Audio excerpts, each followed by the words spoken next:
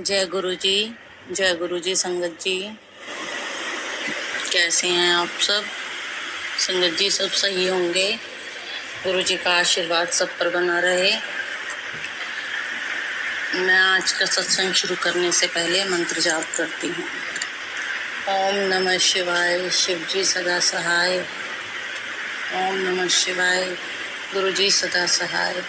ओम नमः शिवाय, शिव जी सदा सहाय। ओम नमः शिवाय, गुरु जी सदा सहाय। ओम नमः शिवाय, शिव जी सदा सहाय। ओम नमः शिवाय, गुरु जी सदा सहाय। जय गुरु जी।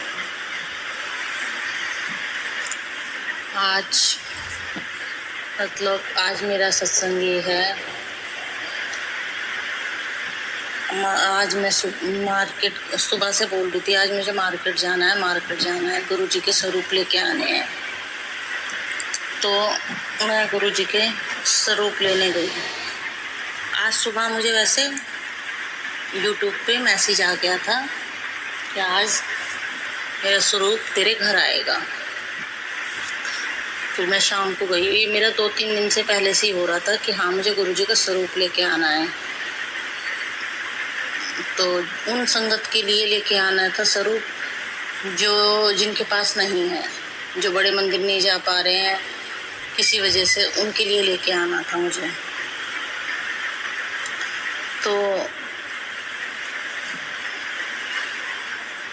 मैं मार्केट जाने से पहले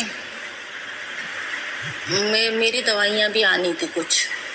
तो वो दवाइयाँ, मार्केट बिल्कुल हमारे घर के सामने रोड क्रॉस करके ही मार्केट है, और दवाई लेने के लिए मुझे थोड़ा दूर जाना था।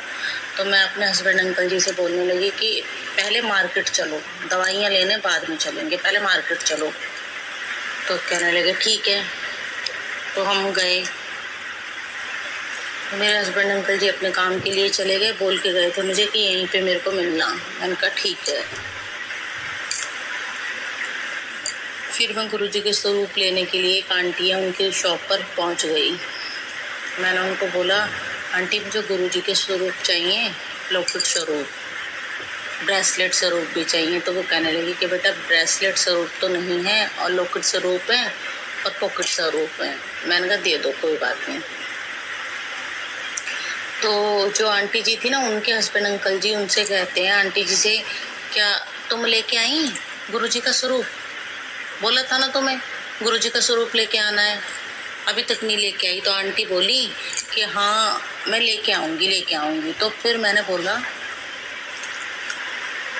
आंटी जी एक बात बोलूं, गुरु जी के स्वरूप ना खरीदते नहीं हैं, मतलब खुद से नहीं खरीदते। अगर आपको किसी सत्संग में मिला हो या बड़े मंदिर से मिला हो तो उसमें गुरु जी की ब्लेसिंग होती है। गुरु जी ने मना किया है कि पुत्र पैसे ना खर्च किया करो, बड़े मंदिर से भी मिलते हैं स्वरूप, तो आप अपने से मत लो। आंटी चुप मेरी बात सुन के। तो मैं आंटी को ऐसे ही अपने जो मेरे साथ सत्संग हो चुके हैं उनके बारे में बताने लगी। तो आंटी के हाथ पे ऐसे रोए खड़े हो गए मेरी बातें सुन के। कहने लगी कि ऐसे ही मेरी बेटी भी बताती है।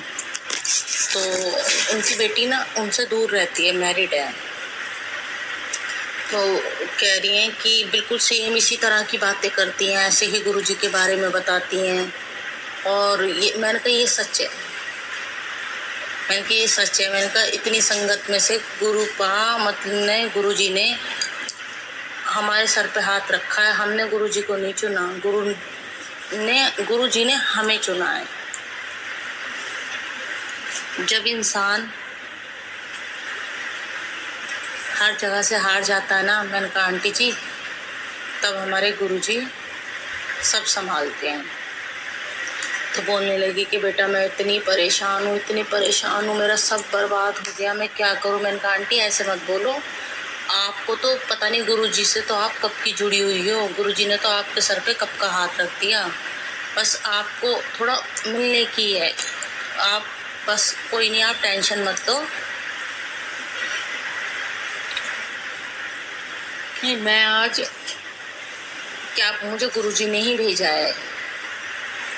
अपनी मर्जी से नहीं आते हम लोग, हर टाइम गुरु जी सेट करते हैं कि हाँ भाई इस टाइम ये होना है वो होना है।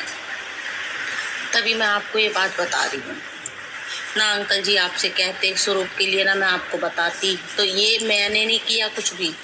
हम हैं कौन ये सब करने वाले? ये तो सब गुरुजी की मर्जी से हो रहा है। कहने लगी सही कह रहे हो आप।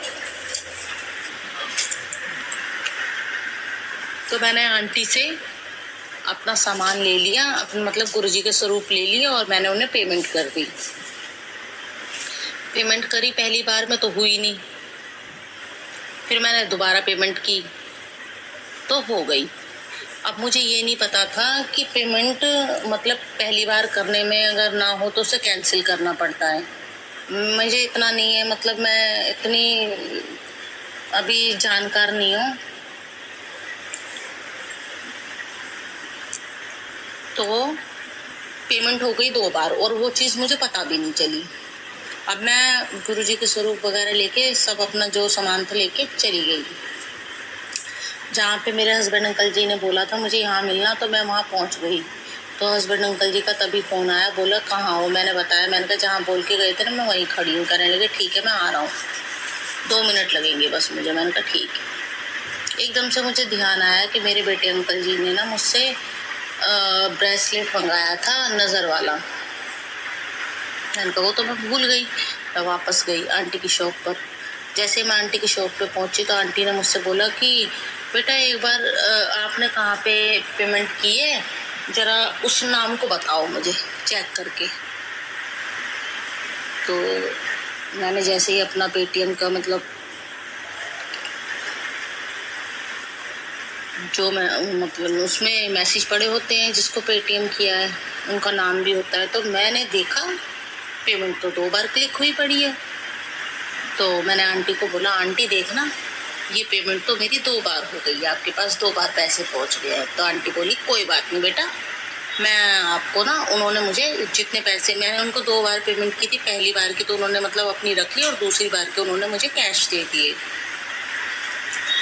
फिर क्या मतलब मैं आंटी को यही बोलने लगी, मैंने कहा आंटी देखा मैं पेमेंट करके चली गई हूँ, मुझे कुछ नहीं पता कि पेमेंट 2 बार हो गई है और मैं गई हूँ। जा सुन क्या पापा, तो 2 बार हो गई है पेमेंट। और देखो मैं वहाँ चौराहे तक पहुँच गई हूँ, वहाँ से मेरे हस्बैंड अंकल जी का कॉल भी आ गया, तब भी मैं फिर वापस आई हूँ कि ब्रेसलेट भूल गई। और मैं आपके यहाँ शॉप पे आई हूँ तो आपने मुझे आते ही बोला कि पेमेंट किस नाम पे की है बेटा एक बार बता दो। और जैसे मैंने चेक किया तो पेमेंट 2 बार थी।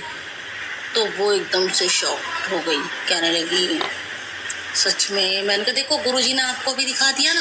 मैंने कहा मैं तो चली जाती। मैंने कहा देखो गुरुजी ने मुझे किस ब्रेसलेट के बहाने से लाए, ये सब बताया, और देखो मेरी पेमेंट एक बार की वापस मिल गई। तो कहने लगी कि हाँ। मैंने कहा जय गुरुजी। आंटी जी कहने लगी जय गुरुजी। तो बोल रही थी बेटा मुझे बड़े मंदिर लेके चलना। मैंने कहा आंटी जी मैं कौन होती हूँ ले जाने वाले, गुरुजी हैं सब कुछ। तो कोई नहीं, जब भी मैं बड़े मंदिर जाऊँगी ना आप मुझे अपना नंबर सेंड कर दो और मैं आपको बड़े मंदिर लेके चलूँगी, ठीक है ना? मैं नहीं लेके चलूँगी, गुरुजी हमें लेके चलेंगे। कहने लगे ठीक है। अंकल बोलने लगे कि बेटा अपनी आंटी को ज़रूर ले जाना बड़े मंदिर, इनका बहुत मन है, बहुत ज़्यादा। हम तो इतना बर्बाद हो चुके हैं ना, इतनी नज़र है हमारी शॉप पर। तो फिर मेरे को भी एक बार मतलब यूट्यूब पे सत्संग में पता चला था कि अगर ज़्यादा नज़र हो ना, नेगेटिविटी हो घर में, तो हमें बड़ा ओम लाके अपने मेन गेट पर लगा लेना चाहिए, जिससे कि हमारे घर में कोई भी नेगेटिविटी नहीं होगी, किसी की नज़र नहीं लगेगी, कुछ नहीं होगा, सब कुछ अच्छा रहेगा।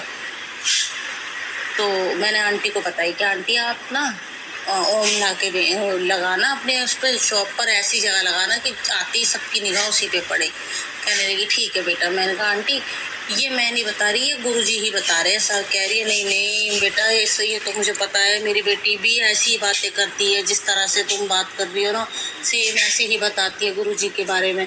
मैंने कहा जो गुरुजी जिनको आप तो पता नहीं कब के जुड़ गए, बस आपको साथ ही नहीं मिल रहा कोई जाने वाला। मैंने कहा कोई नहीं आंटी।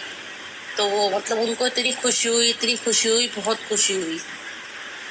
मैंने कहा आंटी मैं आप कल आऊँगी आपकी शॉप पर और आपके लिए ना अभी मतलब ये जो लॉकेट स्वरूप वगैरह लेके जा रही हूँ ना मैं, गुरुजी के लॉकेट स्वरूप और पॉकेट स्वरूप, तो गुरुजी के मतलब मैं स्वरूप के सामने इनको रख के और गुरुजी का इन पे ब्लेसिंग करा के ब्लेस करा के आपको कल दे के जाऊंगी। कहने लगी ठीक है बेटा। वो इतनी खुश हो गई, वो ऐसे लगा जैसे आंटी को कितनी बड़ी दौलत मिल गई हो। जब मैंने ऐसे बोला, मैंने नहीं सॉरी अंकल ने मुझसे गुरुजी ने बुलवाया, इतनी खुश हो गई, बहुत खुश हो गई।